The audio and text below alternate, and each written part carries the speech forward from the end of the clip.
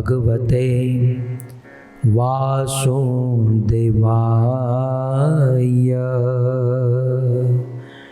ओम नमो भगवते वासुदेवाय।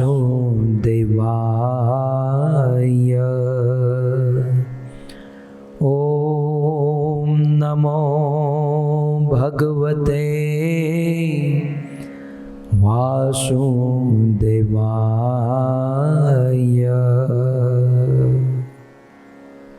जय जय श्री राधा रमण, जय जय नवल किशोर,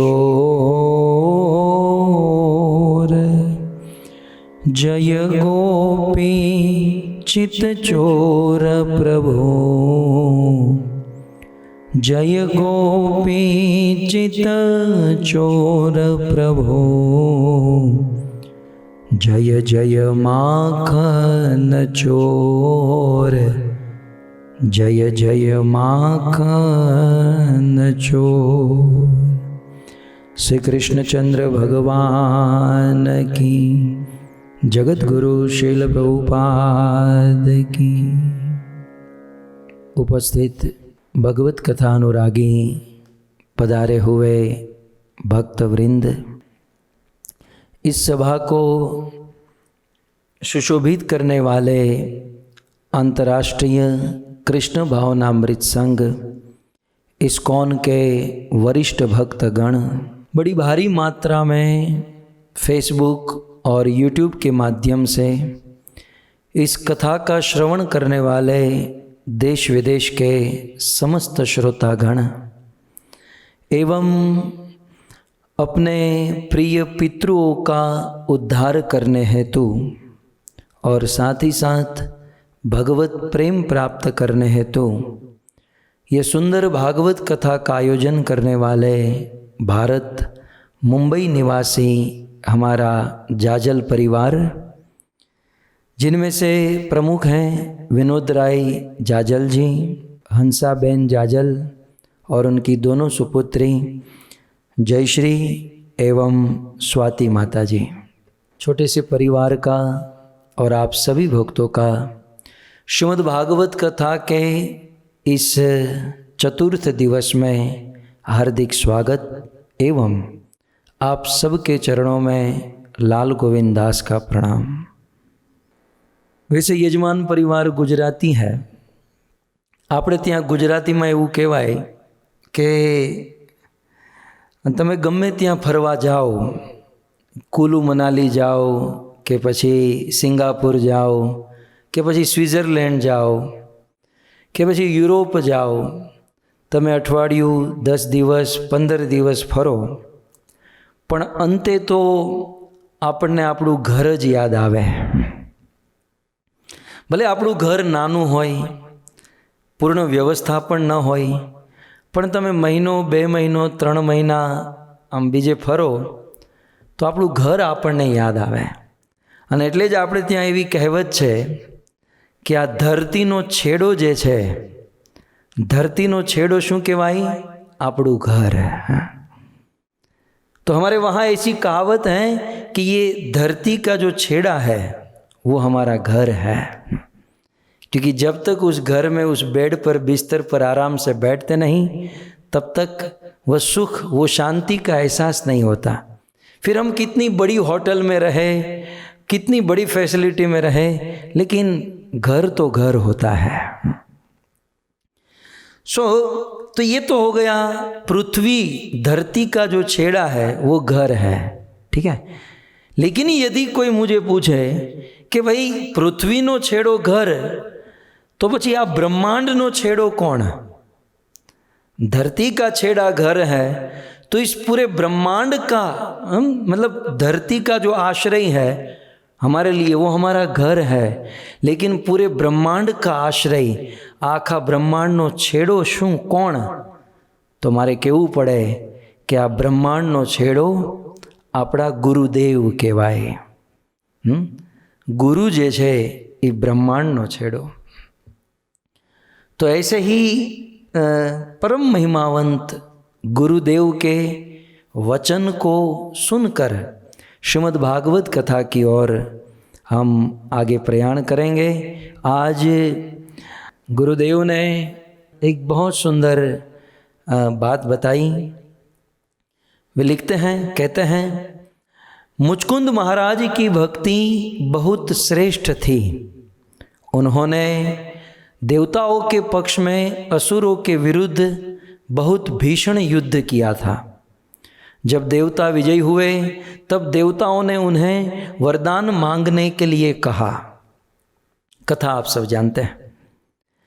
जब मुचकुंद महाराज को देवताओं ने वरदान मांगने के लिए कहा तो वह गुरुदेव कहते हैं कि वरदान में वे कुछ भी मांग सकते थे, वरदान में कुछ भी मांग सकते थे, किंतु महाराज मुचकुंद बहुत उच्च कोटि के भक्त थे। उन्होंने हमारी तरह देवी देवताओं के पास जाकर जॉब के लिए अर्जी नहीं की या ओम जय जगदीश रे भक्त जनों के संकट दूर करे धन संपत्ति घर आवे, ये सब नहीं कहा। यद्यपि देवता प्रकट थे, लेकिन वरदान में मुचकुंद महाराज कुछ भी भोग मांग सकते थे, किंतु महाराज मुचकुंद बहुत उच्च कोटि के भक्त थे। उन्होंने यह वर मांगा कि जब तक भगवान का अवतार न हो जाए तब तक उन्हें नींद आ जाए, और नींद से उठने पर सर्वप्रथम भगवान का ही श्री मुख दिखे, अन्य मुख देखने से क्या लाभ। तो इस प्रकार मुचकुंद महाराज ने देवताओं से वर मांगा कि मुझे किसी का चेहरा नहीं देखना, अब एकमात्र मुझे भगवान का चेहरा देखना है। तो ऐसा वरदान दे दो कि मुझे नींद आ जाए और मैं भगवान का दर्शन कर सकूं। भक्तों, मुझे जो आपसे कहना है कि जब तक किसी व्यक्ति के हृदय में भगवान को देखने की, भगवान को समझने की यह लालसा नहीं होती, तब तक न भगवान दिखते हैं न तो भगवान समझ में आते हैं। और आप सब जानते हैं कि काल यवन के साथ युद्ध करते हुए भगवान कृष्ण दौड़ते दौड़ते दौड़ते मुचकुंद महाराज जिस गुफा में सोए हुए थे उस गुफा में भगवान पहुँचे और मुचकुंद महाराज की आंखें खुली और उन्होंने भगवान का दर्शन किया। ये दर्शन इसलिए क्योंकि उनके हृदय में ये उत्कंठा थी, भगवान को देखने की लालसा थी, भगवान को देखने की मुचकुंद महाराज के हृदय में लोलुपता थी। तो जिनके हृदय में भागवत सुनने की लालसा होती है, लोलुपता होती है, या फिर भागवत में श्रद्धा होती है, वही व्यक्ति भागवत सुनने का अधिकारी है। यदि हृदय में, देखिए, तीन चीज होनी चाहिए, तीन चीज होनी चाहिए। एक, भागवत के प्रतिपाद्य विषय भगवान कृष्ण है। केवल भागवत के ही नहीं, समस्त वेद पुराण शास्त्र वैदिक वांग्मय जितना भी है उन सब के प्रतिपाद्य विषय, डेस्टिनेशन एकमात्र कृष्ण है। सो जब भी हम कथा सुने तो सबसे पहले भगवान कृष्ण में श्रद्धा होनी चाहिए। दूसरा, जो कथा जिस ग्रंथ से हो रही है उस ग्रंथ में पूर्ण श्रद्धा होनी चाहिए। और तीसरा, जो ग्रंथ बोलने वाले गुरु या कोई वक्ता है उनमें पूर्ण श्रद्धा होनी चाहिए।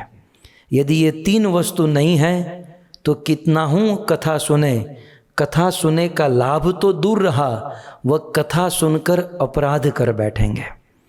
भक्तों, में ज़्यादा तो नहीं देखता, लेकिन आजकल टीवी चैनलों में, समाचार में, सोशल मीडिया में भागवत कथा वाचकों के ऊपर अनेकों प्रकार के लांछन लगाए जा रहे हैं और न जाने क्या क्या चल रहा है।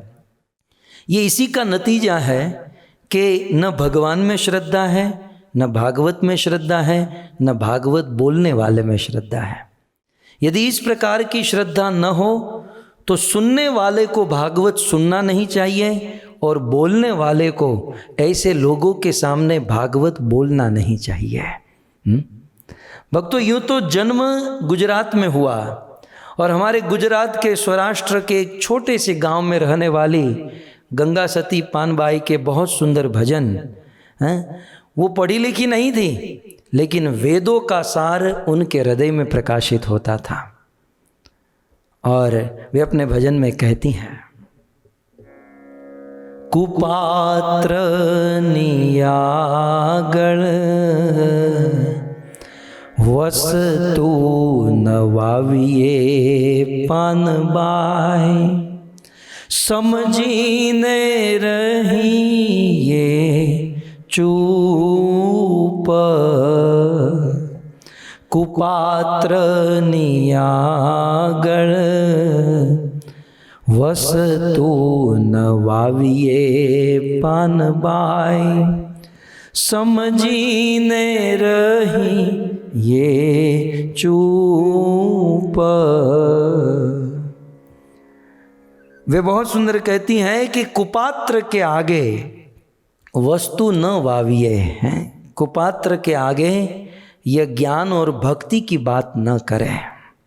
और भजन तो बहुत बड़ा है, वो कहते हैं कि फिर वो बहुत बड़ा राजा भी क्यों न हो, वो बहुत बड़ा धनी भी क्यों न हो, और आपके सामने धन का ढेर भी क्यों न खड़ा कर दे, लेकिन कुपात्र नहीं है तो उसे कभी भी यह भक्ति और वह ज्ञान प्रदान नहीं करना चाहिए। क्योंकि कुपात्र के आगे यदि ये प्रदान करोगे, एक तो आपका समय बर्बाद होगा, एक, और दूसरा उससे भी बड़ी परेशानी क्या, वो बहुत बड़ा अपराध कर बैठेंगे। इसलिए कली पावन अवतार चैतन्य महाप्रभु ने क्या कहा, 10 नाम अपराध है भगवान के प्रति। 10 नाम अपराध में एक अपराध क्या है, अश्रद्धालु व्यक्ति को हरि नाम का उपदेश देना। महाप्रभु ने कहा जो अश्रद्धालु हैं उसे हरि नाम का उपदेश, हरि कथा का उपदेश ये व्यर्थ है, और व्यर्थ तो है, हम भक्तों के लिए ये बहुत बड़ा अपराध है। ये तो हुआ सिद्धांत। इस सिद्धांत की पुष्टि मैं आपको एक दृष्टांत से करूं। एक बीती हुई सत्य घटना तो आप अनेकों बार सुने होंगे, लेकिन उस घटना से यह बात, ये सिद्धांत हम समझ सकते हैं। आप सब जानते हैं कि वेदव्यास मुनि ने अनेकों 4 वेद, 108 उपनिषद, महाभारत जैसे बड़े बड़े ग्रंथ लिखे, और फिर 18 पुराण उन्होंने कंप्लीट किए, और भागवत भी वेदव्यास मुनि ने लिख दिया। लेकिन जब तक वेदव्यास मुनि भागवत लिखते हुए बूढ़े हो चुके थे, और वेदव्यास जी के हृदय में इच्छा थी कि ये भागवत का प्रचार करने वाला, ये भागवत बोलने वाला, गाने वाला यदि कोई मुझे मिल जाता और पुत्र के रूप में यदि मिल जाता तो मैं धन्य हो जाता। और आप सब जानते हैं कि वेदव्यास मुनि की इस इच्छा को और सृष्टि के इस कार्य को संपन्न करने के लिए शुकदेव गोस्वामी का जन्म होना अत्यंत आवश्यक हो गया। लेकिन भगवान या भक्तों का जन्म किसी शुद्ध भक्त के माध्यम से होता है, और शुकदेव गोस्वामी को जन्म कराने के लिए प्लेटफॉर्म बनाया भगवान ने शिव और पार्वती को। शिव और पार्वती के द्वारा शुकदेव गोस्वामी का जन्म कराया गया। कथा आप सब जानते, मैं स्मरण कराना चाहता हूँ। आप सब जानते हैं सती ने अपना देह त्याग दिया, और फिर सती का दूसरा जन्म पार्वती के रूप में हुआ, और फिर वह पार्वती जन्म से ही 5 साल की थी, तब से मन में ठान लिया कि कोटि जन्म लही रगर हमारी, बरऊ शंभु न तो रहूं कुंवारी। पार्वती ने कहा कि विवाह करूंगी तो शिव जी के साथ, करोड़ों जन्म भले कुंवारी रहना पड़े, लेकिन शुद्ध वैष्णव भक्त के साथ विवाह करूंगी। और फिर आगे चलकर शिव और पार्वती का विवाह हुआ, और फिर एक दिन शिव जी कहीं बाहर गए थे, नारद मुनि उनके घर पर आए। अब नारद जहाँ जाते हैं वहाँ कुछ अच्छा होता है या कुछ गड़बड़ होती है, कुछ तो घटना घटनी है।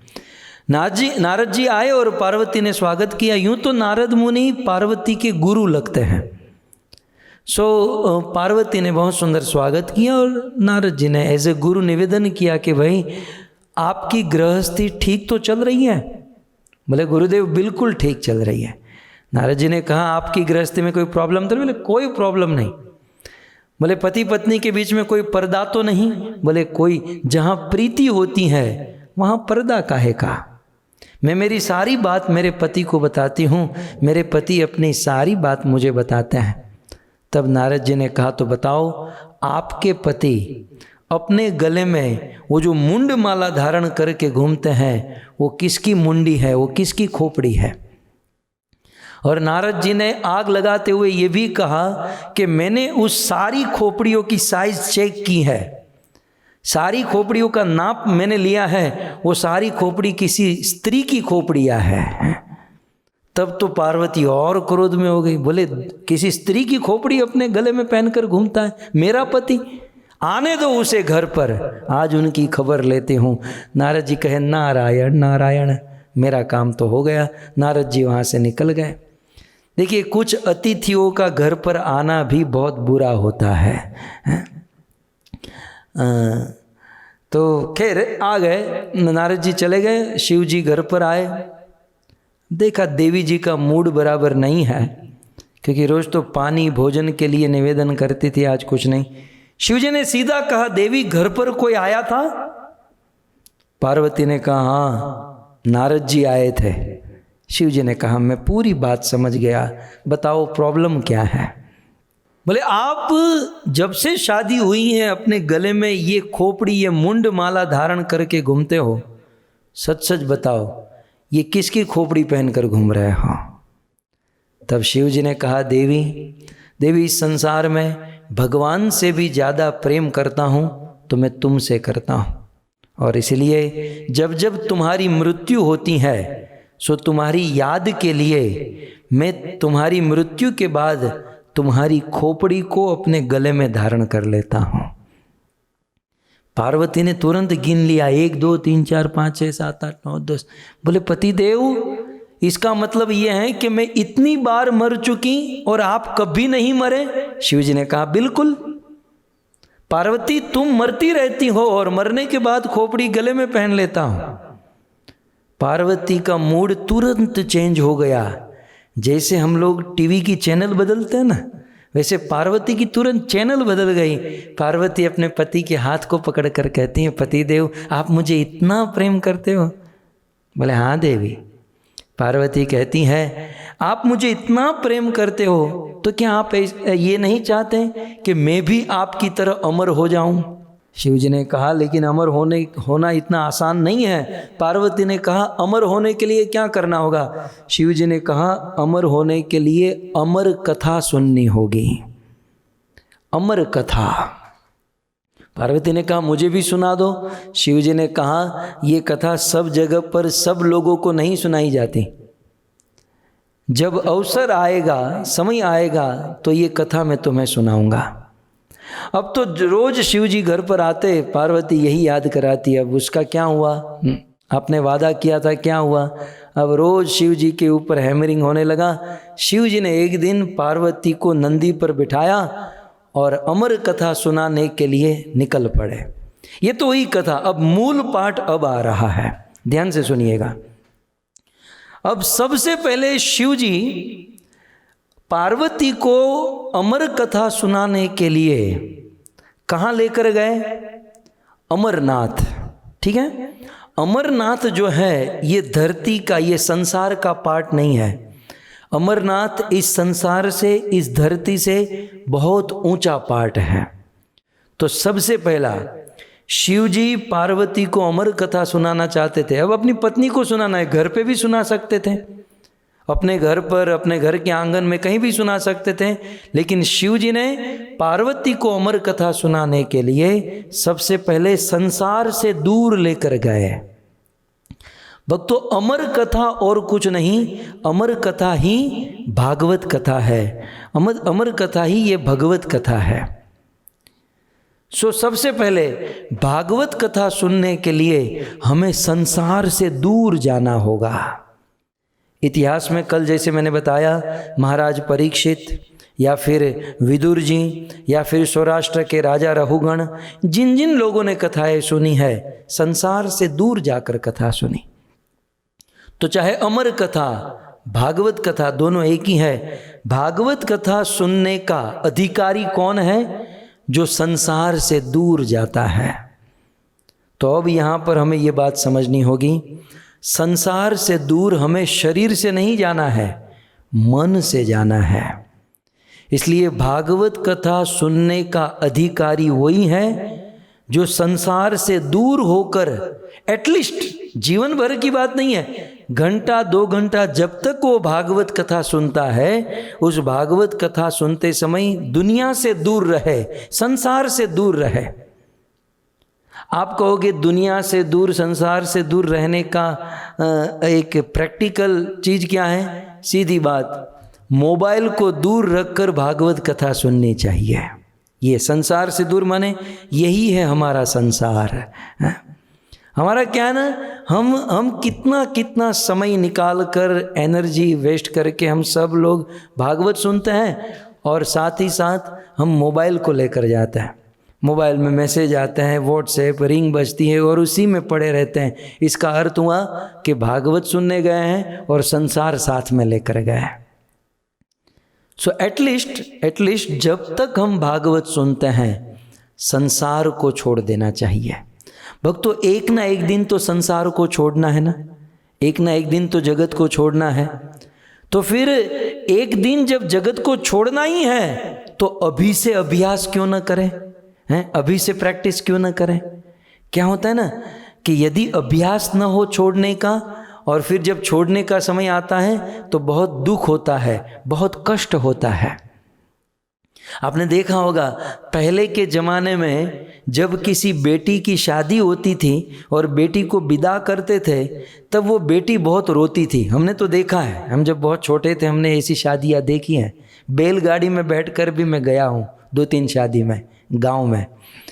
हमने देखा है कि वो पहले की स्त्रियाँ, पहले की बेटियाँ जब विदा होती थी तो वो बेटी भी रोती थी, उनके माँ बाप भी रोते थे और पूरा गांव रोता था उनकी विदाई के समय। ठीक है।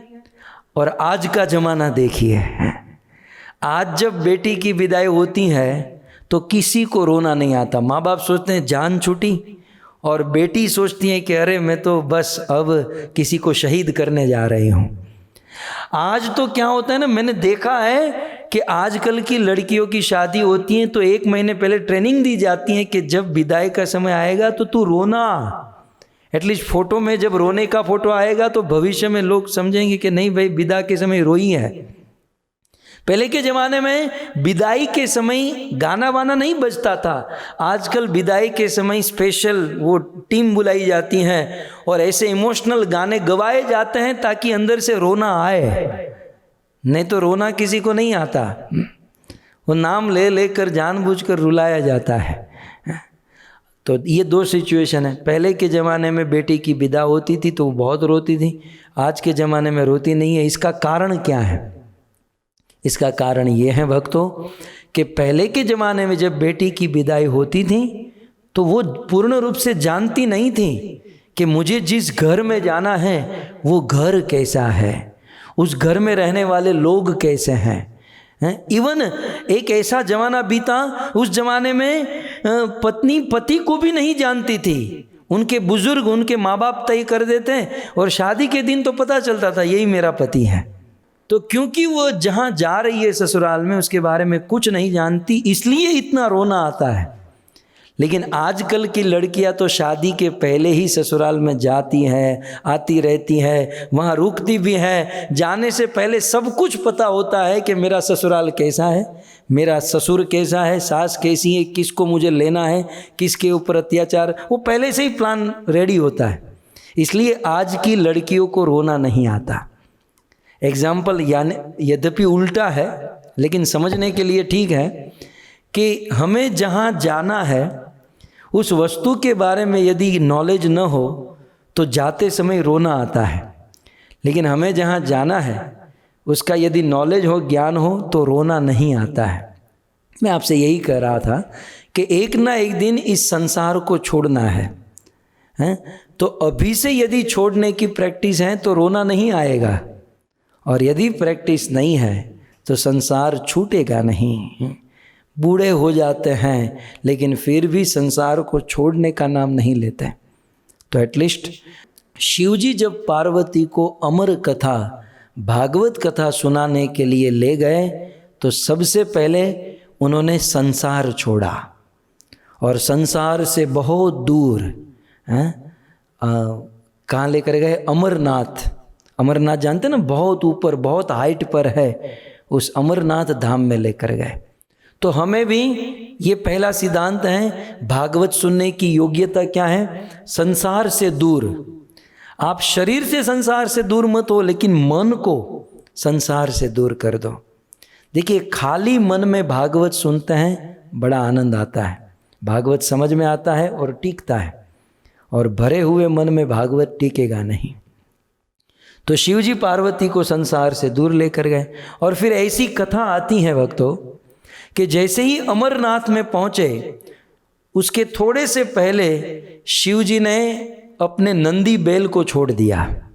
जिस वाहन पर बैठकर जा रहे थे, संसार को तो छोड़ा, अपने वेहिकल नंदी को भी छोड़ दिया। शिवजी ने कहा, नंदी अब तुम यहाँ से आगे नहीं आओगे, क्योंकि अब मैं पार्वती को भागवत कथा, अमर कथा सुनाने जा रहा हूँ। नंदी ने कहा, महाराज मुझे तो साथ में ले चलो, मैं भी सुनना चाहता हूँ। शिवजी ने कहा, नहीं तुम नहीं आओगे। नंदी ने कहा, महाराज मैं तो जीवन भर आपके सामने पोठिया बनकर बैठा रहा, लोग आपको भोजन खिलाते थे, आपको फल खिलाते थे, मैं तो केवल आपको देखता रहता, न खाया न पिया, आपके सामने बस बैठा रहा, तब धरता रहा, मुझे तो आप लेकर जाइए। बोले, नहीं नंदी तुम हमारे साथ नहीं आओगे, क्योंकि कुपात्रनी आगड़ वस्तु न वाविये पानबाई। कुपात्रनी आगड़ वस्तु नहीं। नंदी ने कहा, लेकिन मेरे में प्रॉब्लम क्या है? त्यारे शिवजीए गुजरातीમાં કીધું। હા, શિવજી ગુજરાતીમાં બોલ્યા। નંદીને કીધું શિવજીએ કે તું એટલા માટે નહીં આવી શકે કારણ કે તારામાં યોગ્યતા નથી। બોલે, કઈ યોગ્યતા નથી? એ કે તું વારંવાર શિંગડા ભરાવે છો એટલે તું નહીં આવી શકે। नंदी के जो सिंग है ना, जो दूसरों को सिंग भराते हैं, जो अपने सिंग से दूसरों को परेशान करते हैं, वो भागवत सुनने के अधिकारी नहीं है। तो ये दूसरी बात, कुपात्र। तो अब सिंग मारने का मतलब क्या है? सिंग मारने का मतलब है अभिमान। मैं ऐसा हूँ, मैं डॉक्टर हूँ, मैं इंजीनियर हूँ, मैं ये हूँ, तू दूर रहे, तू दूर रहे। सिंग मार मार के सबको जो दूर करता है, ये जो पशु लोग होते हैं ना, अपने सिंग से युद्ध करते हैं। पशुओं का शस्त्र जो है वो सिंग होता है। तो सिंगड़ा भरावे आपणे गुजराती में कहिए, वो सिंग मारते हैं। तो जो दूसरों को सिंग मारते हैं, मतलब तू छोटा है मैं बड़ा हूँ, तू कुछ काम का नहीं है मैं काम का हूँ, ऐसी भावना जिसके अंदर होती है वो कुपात्र है, वो भागवत नहीं सुन सकता। इसलिए शिवजी ने नंदी को भी छोड़ दिया। नहीं तो शिवजी तो कर्पूर गौरम करुणावतारम, वो तो करुणा के अवतार हैं, वो नंदी को भी साथ में लेकर जाते हैं, लेकिन पात्रता घट रही है। अब आगे जब शिवजी चलने लगे तो चलते चलते शिवजी ने अपने मस्तक से अपना चांद उतार दिया, है ना। चंद्रमौली है भगवान शिव। शिवजी ने उस चंद्रमा को जो मस्तक पर था, बीज का चांद, द्वितीया का चांद शिवजी के मस्तक पर शिवजी ने उतार। आज भी आप अमरनाथ जाओगे ना, अमरनाथ की यात्रा यद्यपि कठिन है, हमने तो नहीं की, लेकिन हमने सुना है, पढ़ा है। अमरनाथ जाओगे, शिवजी ने जिन जिन वस्तुओं को छोड़ा उनके मंदिर, वो स्थान आज भी है। शिवजी ने जहाँ नंदी को छोड़ दिया वो नंदी का स्थान है, जहाँ चंद्रमा को छोड़ा चंद्रमा का स्थान है। शिवजी ने बीज का चंद्रमा उतार दिया। चंद्रमा ने कहा, महाराज मैं तो चंद्रमा हूँ, मैं तो समुद्र मंथन से प्रकट हुआ, मैं भी अमर कथा सुनना चाहता हूँ, मुझे तो लेकर जाओ। शिवजी ने कहा, नहीं तुम नहीं आ सकते। चंद्रमा ने कहा कि मैं तो वनस्पति का औषधि देने वाला आदमी, मेरे अंदर ऑलरेडी कुछ ना कुछ अमृत भरा हुआ है, मेरी कितनी महिमा, मुझे तो लेकर जाओ। शिवजी ने कहा, तुम नहीं आ सकते। बोले, मेरे अंदर क्या प्रॉब्लम क्या है? तब शिवजी ने कहा कि बाकी सब कुछ ठीक है, लेकिन तू मेरे मस्तक पर चढ़कर बैठा है। जो वक्ता के, गुरु के मस्तक पर चढ़कर बैठता है वो भागवत या ज्ञान ग्रहण करने का अधिकारी नहीं है। इसलिए भक्तों, यदि ज्ञान ग्रहण करना है, यदि भागवत को आत्मसात करना है, तो वक्ता या गुरु के मस्तक पर नहीं, उनके चरणों में बैठना चाहिए। प्रसिद्ध प्रसंग में बार बार कह चुका हूँ, मैं केवल आपको स्मरण करा रहा हूँ कि रावण मरने के बाद किसी एक पुराणों में वर्णन है कि राम ने लक्ष्मण को रावण के पास भेजा कि लक्ष्मण जो भी हैं, लेकिन रावण है तो ज्ञानी। अब रावण मर ही चुका है और कुछ देर बाकी है, तो रावण से तुम ज्ञान ग्रहण कर लो। तो लक्ष्मण जी रावण के मस्तक पर जाकर खड़े रहे, कहे कि रावण चलो, बड़े भाई ने भेजा है, मुझे ज्ञान दो। रावण ने अपना मुंह फेर लिया। लक्ष्मण जी दौड़कर राम के पास आए, भैया भैया रस्सी जल गई, लेकिन बल नहीं गया। अभी भी रावण का अभिमान नहीं गया, मुझे ज्ञान नहीं दे रहा है। तब राम ने कहा, ये ज्ञान तुमने कैसे मांगा? तब लक्ष्मण जी ने कहा, उसके मस्तक के पास जाकर खड़ा रहा, ज्ञान दो। तब राम लक्ष्मण से कहते हैं, लखन, ज्ञान सिर पर चढ़कर नहीं मांगा जाता, ज्ञान चरणों में बैठकर मांगा जाता है। जो भी हैं, रावण के चरण के पास खड़े रहकर ज्ञान मांगो, तब मिलेगा। और फिर लक्ष्मण जी गए, निवेदन किया, और मरते मरते रावण ने बहुत सुंदर ज्ञान दिया। वो फिर कभी सुनेंगे, लेकिन रावण ने। और गीता में भी कृष्ण कहते हैं कि जो तत्वदर्शी लोग हैं, जो तत्वदर्शी वक्ता या गुरु जो तत्व को जानते हैं, उस तत्वदर्शी के पास कैसे जाना होगा? प्रणिपातेन, परिप्रश्नेन और सेवया। प्रणिपातेन माने विनम्र होकर, हम्बल होकर, झुकते हुए, और परिप्रश्नेन जिज्ञासा के साथ, कुछ समझने की, कुछ जानने की जिज्ञासा के साथ।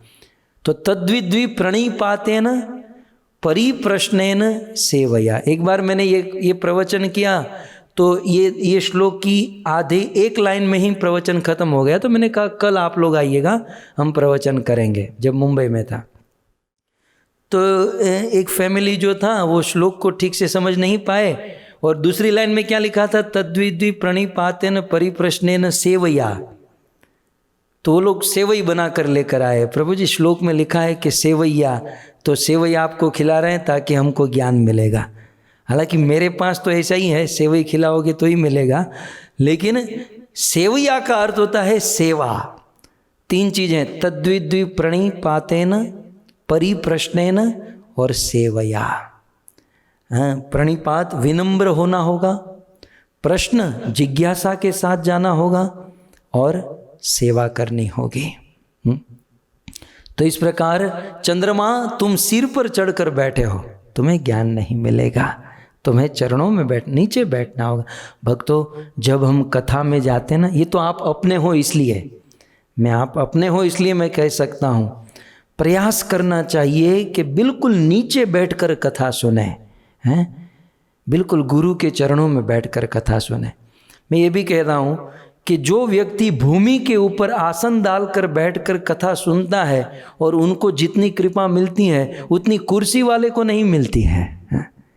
आपके पांव दर्द कर रहे हो तो कोई बात नहीं, आप लोग चेयर पर बैठिएगा, कमर में प्रॉब्लम है तो चेयर पर बैठिएगा, लेकिन फिर भी पूरा प्रयास कीजिएगा कि गुरु के चरणों में बैठकर कथा सुने, पूर्ण कृपा मिलेगी, पूर्ण आशीर्वाद मिलेगा।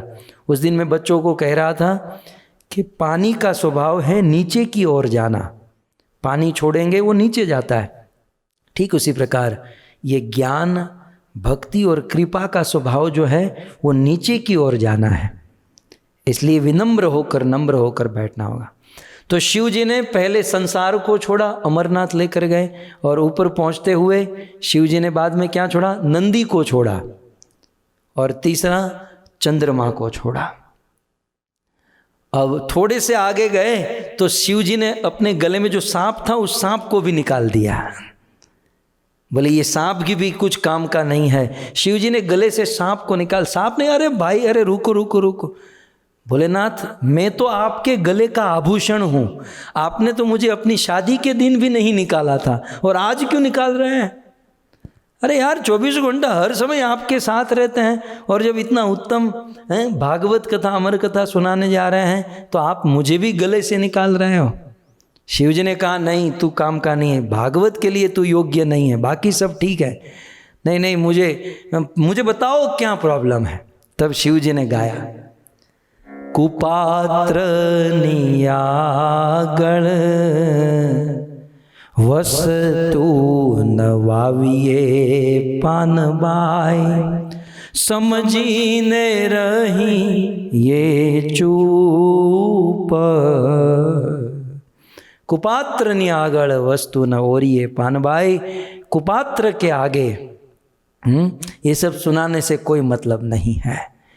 उस सांप ने कहा शिव जी के गले के सर्प ने, लेकिन मेरे में प्रॉब्लम क्या है, कमी क्या है।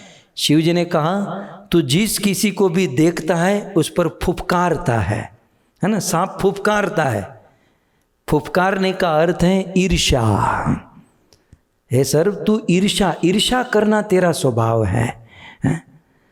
तो यहाँ पर और एक चीज समझ में आती है कि जिनका ईर्ष्या करने का स्वभाव है वो भागवत का अधिकारी नहीं है। वो कितना भी भागवत सुन ले उसके जीवन में कोई परिवर्तन नहीं होगा। तो ईर्ष्या का अर्थ क्या, ईर्ष्या की डेफिनेशन क्या है। श्रीपाद श्रीधर स्वामी भागवत में भावार्थ दीपिका में लिखते हैं, ईर्ष्या का अर्थ होता है पर उत्कृष्ट हानेच्छा।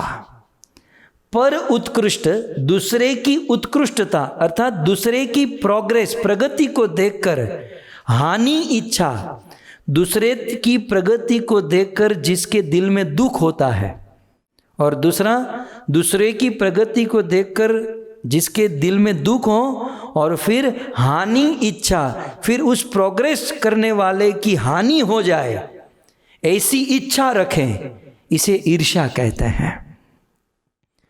तो दूसरों की प्रोग्रेस को देखकर दुख हो और उसको गिराने की इच्छा, और इच्छा ही नहीं वो जो प्रयास करते हैं उसे ईर्ष्या कहते हैं। और एक बात समझ लीजिए, दूसरों के दोष बोलने वाले कहीं ना कहीं वो ईर्ष्यालु है। मैं आपको एक प्रैक्टिकल बात बता दूं, आपके लाइफ में, आपके जीवन में कोई व्यक्ति आए और किसी का वखाण करे, किसी की प्रशंसा करे, तो समझो ये बहुत महान है। महान व्यक्ति की महानता ये है कि वे छोटे से छोटे आदमी को भी वो प्रशंसा करता है, वो महान साबित करता है। आज हम सुनेंगे चैतन्य महाप्रभु ने ये करके दिखाया। महान व्यक्ति की महानता, इसे भागवत में लिखा है बहुली करिष्यति। महान कौन, बोले छोटे से छोटे आदमी को भी जो ग्रेट, जो महान समझे और समाज में प्रस्तुत करे, हैं उनका गुण गाए, वो महान है। और बुरा कौन है, नीच कौन है, बोले अच्छे भले आदमी में जो दोष देखता है और अच्छे भले आदमी का जो निंदा और दूसरों को दोष वर्णन करता है वो सबसे नीच आदमी है। इसलिए एक बात याद रखिएगा, दूसरों का दोष बोलने वाला बाय डिफॉल्ट सीधा ही आप लगा दीजिए वो नीच है, उसके अंदर कुछ ना कुछ गड़बड़ी है, फिर कितना भी बड़ा क्यों ना हो। क्योंकि भागवत में लिखा है सर्वभूतेषु यः पश्येत् भगवत भावम आत्मन, जो शुद्ध होता है उसे किसी का दोष दिखाई ही नहीं देता। शुद्ध व्यक्ति को किसी का दोष नहीं। आज किसी का दोष हमको दिखाई देता है, इसका अर्थ यह है कि वह दोष हमारे अंदर है, और ये कुपात्रता है, ये पात्रता नहीं है। सो इस प्रकार सर्प को छोड़ दिया, क्योंकि सर्प का स्वभाव ईर्ष्या करना है। शिव जी ने सर्प को छोड़ा और फिर पार्वती को लेकर आगे बढ़े। और अब भाव जगत के लोग तो यहाँ तक कहते हैं कि शिव जी ने गंगा को भी छोड़ दिया। शिव जी के मस्तक पर गंगा है ना, शिव जी ने गंगा को भी छोड़ दिया और केवल पार्वती को लेकर गए। यदि मन में विचार करे गंगा को क्यों छोड़ा, तो एक कारण हो सकता है कि जो भी है गंगा पवित्र है, गंगा में सब कुछ है, लेकिन गंगा का जल भगवान से दूर हो रहा है। गंगा क्या है, भगवान के चरणों से निकलकर समुद्र की ओर जा रही है। शिव जी को ये भी पसंद नहीं है। शिव जी चाहते हैं जो भगवान के चरणों से दूर जाने का प्रयास करे उसे कथा सुनाने का क्या लाभ।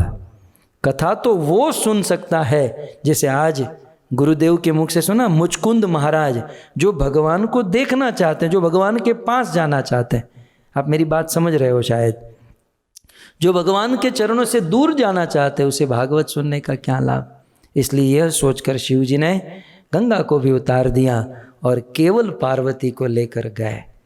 सो इस प्रकार शिव जी जैसे परम करुणामयी भगवान भी कुपात्र को भागवत नहीं सुनाते हैं। इसलिए भक्तों, चाहे शिव जी हो, चाहे देवता हो, चाहे संसार के शुद्ध भक्त हो, यदि हम आशा करते हैं कि भागवत सुने तो भागवत सुनने की योग्यता, पात्रता दिन भर दिन हमारे जीवन में डेवलप करनी चाहिए। हम तो गुरुदेव से मिलते हैं तो यही कहते हैं, गुरुदेव हमें आशीर्वाद इतना दे दीजिए कि हम भागवत का स्मरण कर सकें, भागवत को पढ़ सकें, भागवत समझ सकें, भागवत सुनने की योग्यता प्राप्त कर सकें। मैं भले भागवत बोल रहा हूँ लेकिन पूर्ण योग्यता हमारे अंदर भी कहाँ है ना। तो हम सबको ये प्रयास करना चाहिए कि हम योग्य शिष्य बने, हम योग्य श्रोता बने, हम योग्य पात्र बने, ताकि इस भागवत को हम आत्मसात कर सके, इस भागवत को हम समझ सके। और भक्तों, योग्य पात्र बनी मारवाड़ की मीरा। मीरा ने क्या कहा? हम कृष्ण कथा रस पीने को दुनिया से नाता छोड़ चुके, जो कुछ पाया इस दुनिया में, जो कुछ पाया इस दुनिया में, इसे पास जगत में छोड़ चुके। हम कृष्ण कथा रस पीने को दुनिया से नाता छोड़ चुके। मीराबाई कहती हैं, कृष्ण कथा के रस को पीने के लिए मीरा ने दुनिया से नाता छोड़ दिया है। मीरा ने सब कुछ त्याग दिया, इवन अपने पति को भी त्याग दिया। क्यों? भगवान कृष्ण की कथा सुनने के लिए। ये है योग्यता, ये है काबिलियत, ये है पात्रता। मीरा कहती है, राम मिलन के काज सखी, शब्द के ऊपर गौर कीजिएगा भक्तों। राम मिलन के काज सखी, आरत मेरे उर में जागी है। राम मिलन के काज सखी, आरत मेरे उर में जागी है।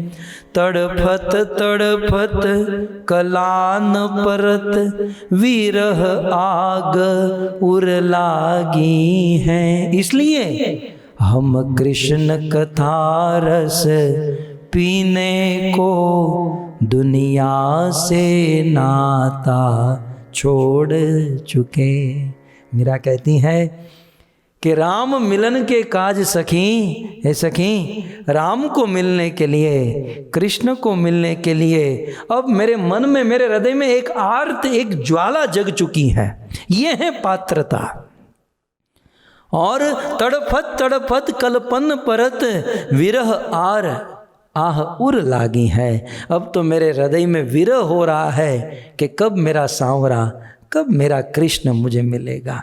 आगे कहती है, निस दिन पंथ निहारू पिय को, पलक न पल भर सोती है।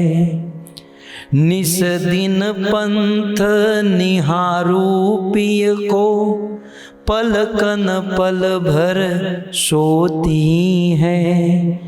पिया पिया रटू में तो रात दिना, दूजी सुध बुध ना होती है।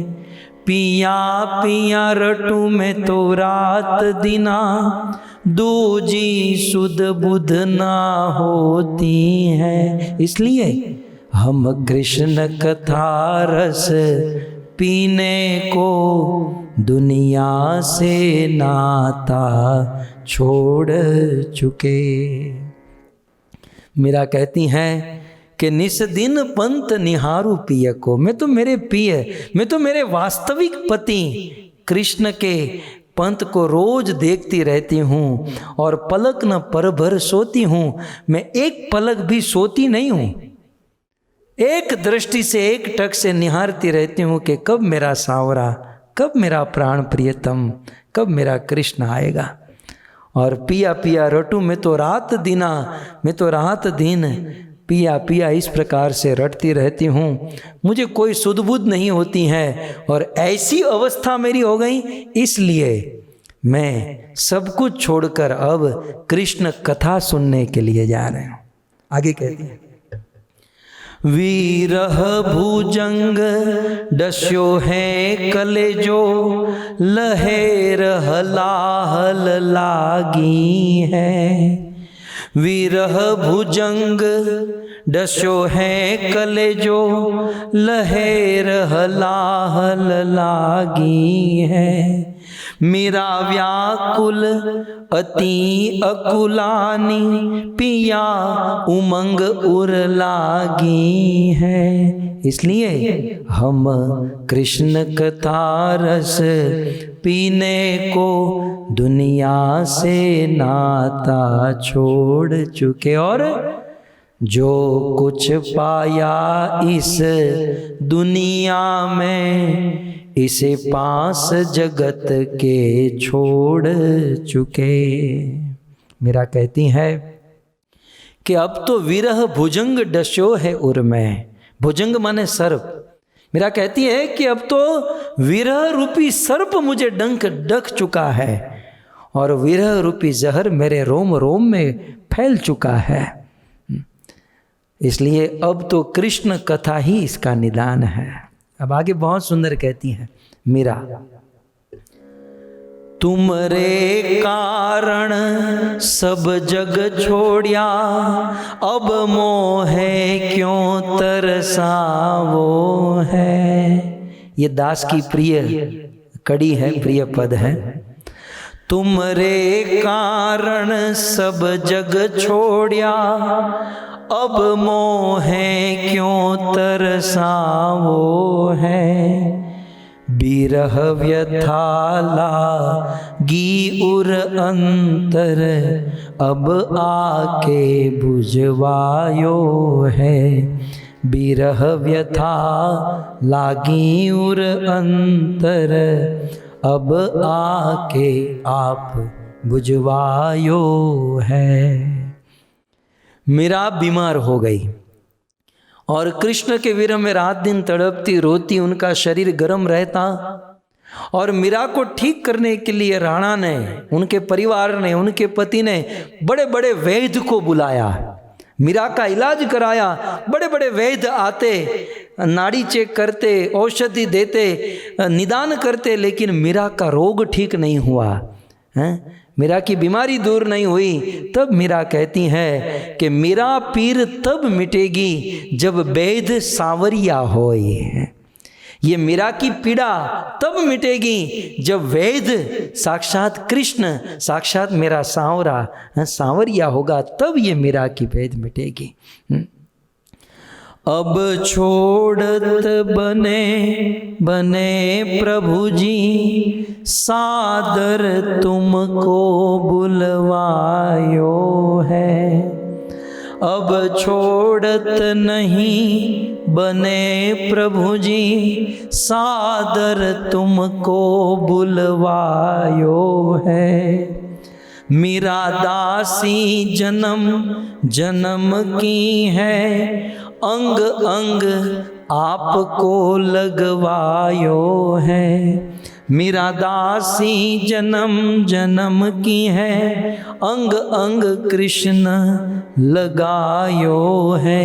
इसलिए हम कृष्ण कथा रस पीने को संसार से नाता छोड़ चुके। जो कुछ पाया इस दुनिया में, इसे पास जगत के छोड़ चुके। तो इस प्रकार भक्त ऐसे शुद्ध भक्तों ने अपने दिल को ही, अपने हार्ट को ही इन भजनों में रख दिया। उनमें से एक है मीराबाई। क्या भजन और क्या भाव। और बस मीरा तो यही कहती कि ऐसे वर से विवाह करके क्या करूं जो आज जिए कल मर जाए। मैं तो विवाह करूं मेरे गिरधर गोपाल से, जिससे मेरा सुहाग अमर हो जाए। अब मीरा की बात आ ही गई है तो मैं आपको कहूं कि जिस समय मीरा का विवाह हुआ, और उस समय मीरा ने जब विवाह किया ना, तो राणा के साथ अग्नि के फेरे फरते हुए मीरा ने अपने हाथों में कृष्ण को रखा था। मेरे तो गिरधर गोपाल, दूसरों न कोई। लोक लज्जा के कारण, समाज के कारण मीरा ने शादी तो कर ली, विवाह तो कर लिया, लेकिन विवाह के समय भी मीरा के हाथ में कृष्ण थे। और भाव ये था कि ये फेरा फर रही हूँ, ये अग्नि की परिक्रमा कर रही हूँ, राणा के साथ नहीं, मैं मेरे कृष्ण के साथ विवाह कर रही हूँ। और दिलो जान से मीराबाई कृष्ण को चाहती थी। और उस समय उस मीरा की ससुराल की स्त्रियों ने कहा, मीरा ये तूने क्या किया? मीरा तू अपने पति को छोड़कर ये कृष्ण में अपना मन लगा बैठी। मीरा तू नहीं जानती, हम उस देश के लोग हैं जिस देश में पति को परमेश्वर माना जाता है। हम उस देश के लोग हैं, हम उस समाज और संस्कृति के लोग हैं जहाँ पर पति को परमेश्वर मानकर पूजा जाता है। मीरा तूने तो धर्म लजाया, तूने तो धर्म भ्रष्ट कर दिया कि अपने पति को छोड़कर किसी और के साथ प्रेम कर रही है। तब मीरा ने बड़े विनम्र स्वर में इतना ही कहा कि मैंने धर्म नहीं बिगाड़ा, मैंने धर्म नहीं लजाया। क्यों? क्योंकि आप लोग अपने पति को परमेश्वर मानते हो, आप अपने पति को परमेश्वर मानते हो, लेकिन मीरा परमेश्वर को ही अपना पति मानती है, परमेश्वर को ही अपना पति मानती है। सो इस प्रकार मीराबाई हृदय में कृष्ण से मिलने की चाह, हृदय में कृष्ण के मिलने की ज्वाला, और इसलिए मीराबाई कृष्ण कथा रस पीना चाहती हैं। भक्तों, इस प्रकार की अवस्था जब होती है तब भागवत सुनने के हम वास्तविक अधिकारी बनते हैं।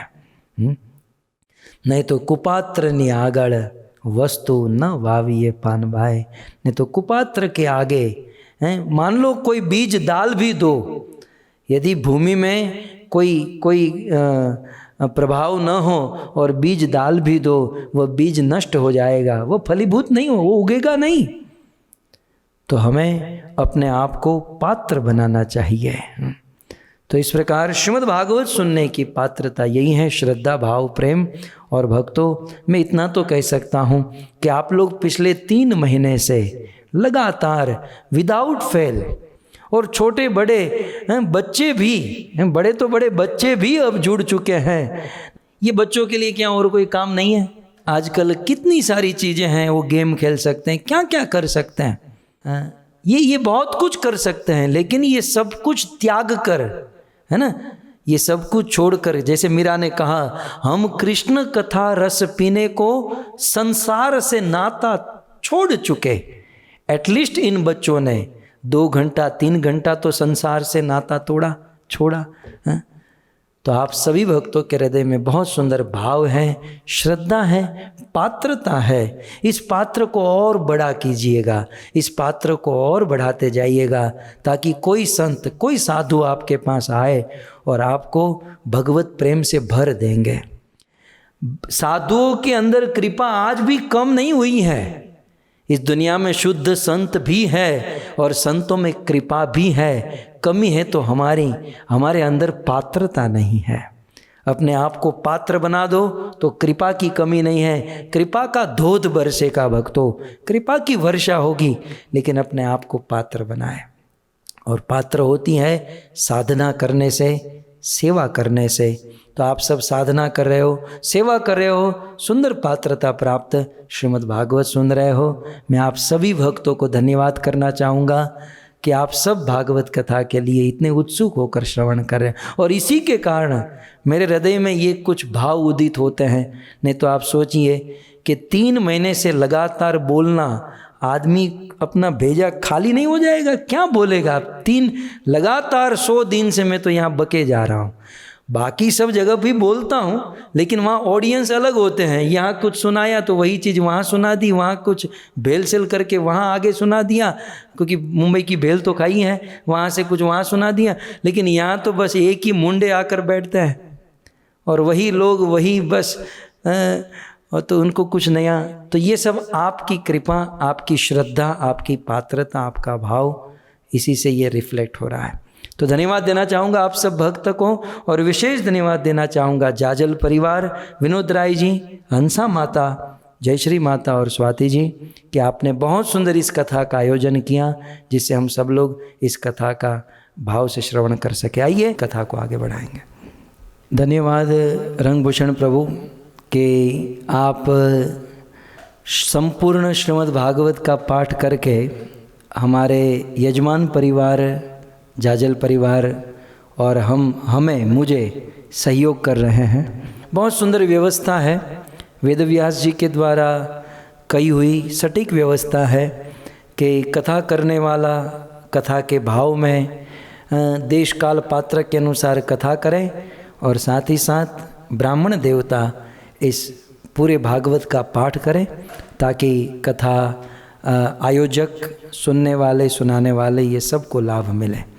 तो आप हम सब के बिहाफ में जो ये कर रहे हैं, ये धन्यवाद के आप पात्र हैं। धन्यवाद।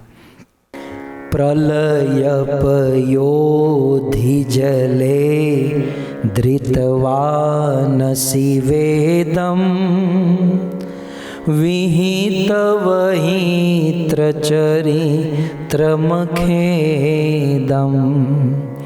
प्रलय पयोधि जले धृतवानसि वेदं विहितवहित्र चरित्रमखेदम्। केशवधृता मीन शरीरा जय जगदीश हरे, जय जगदीश हरे, जय जगदीश हरे। गाइए।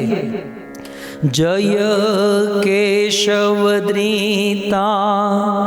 मीन शरीरा जय जगदीश हरे,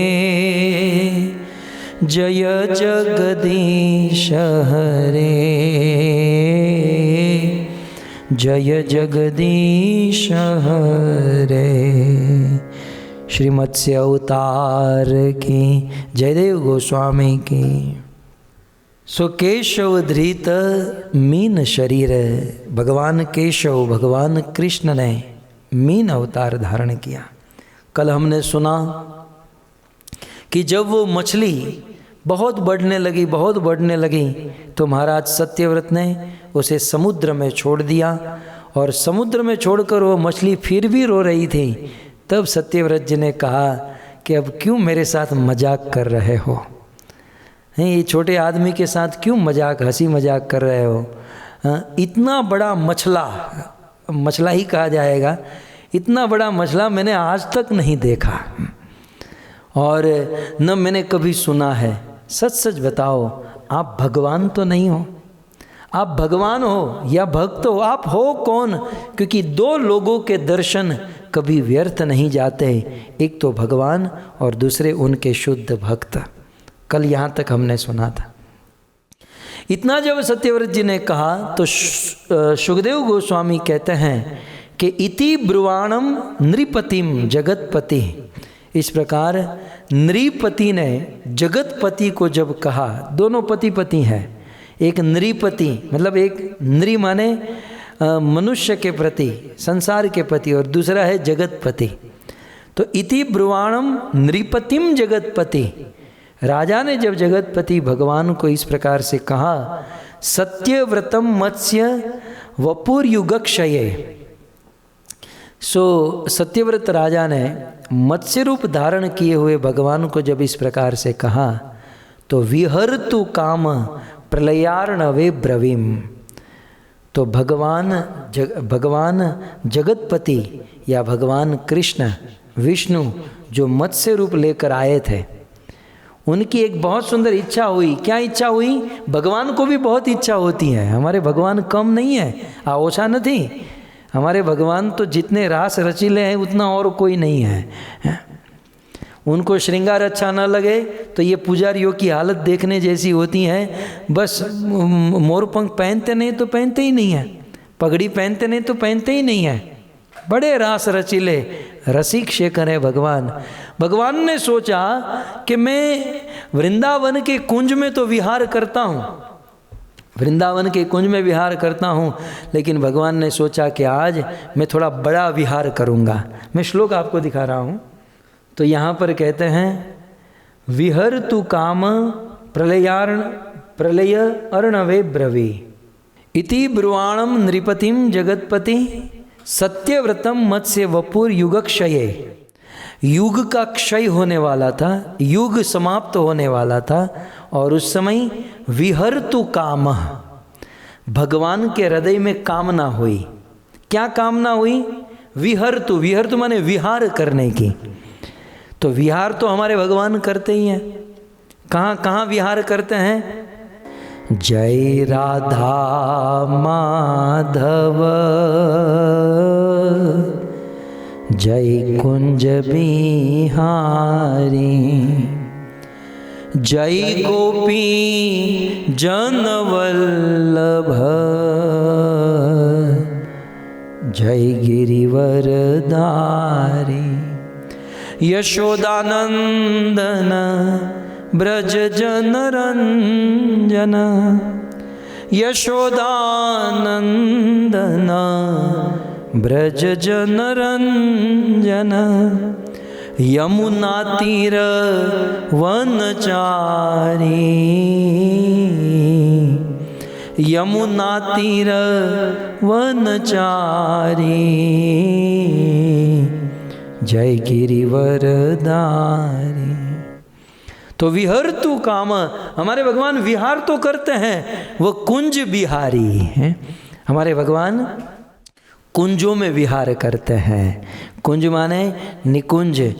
राधा रानी एक बहुत सुंदर वन में तैयार करती हैं, ऐसे कुंजों में विहार करते हैं, निकुंज में विहार करते हैं। निकुंज में विहारे घनश्याम राधे राधे।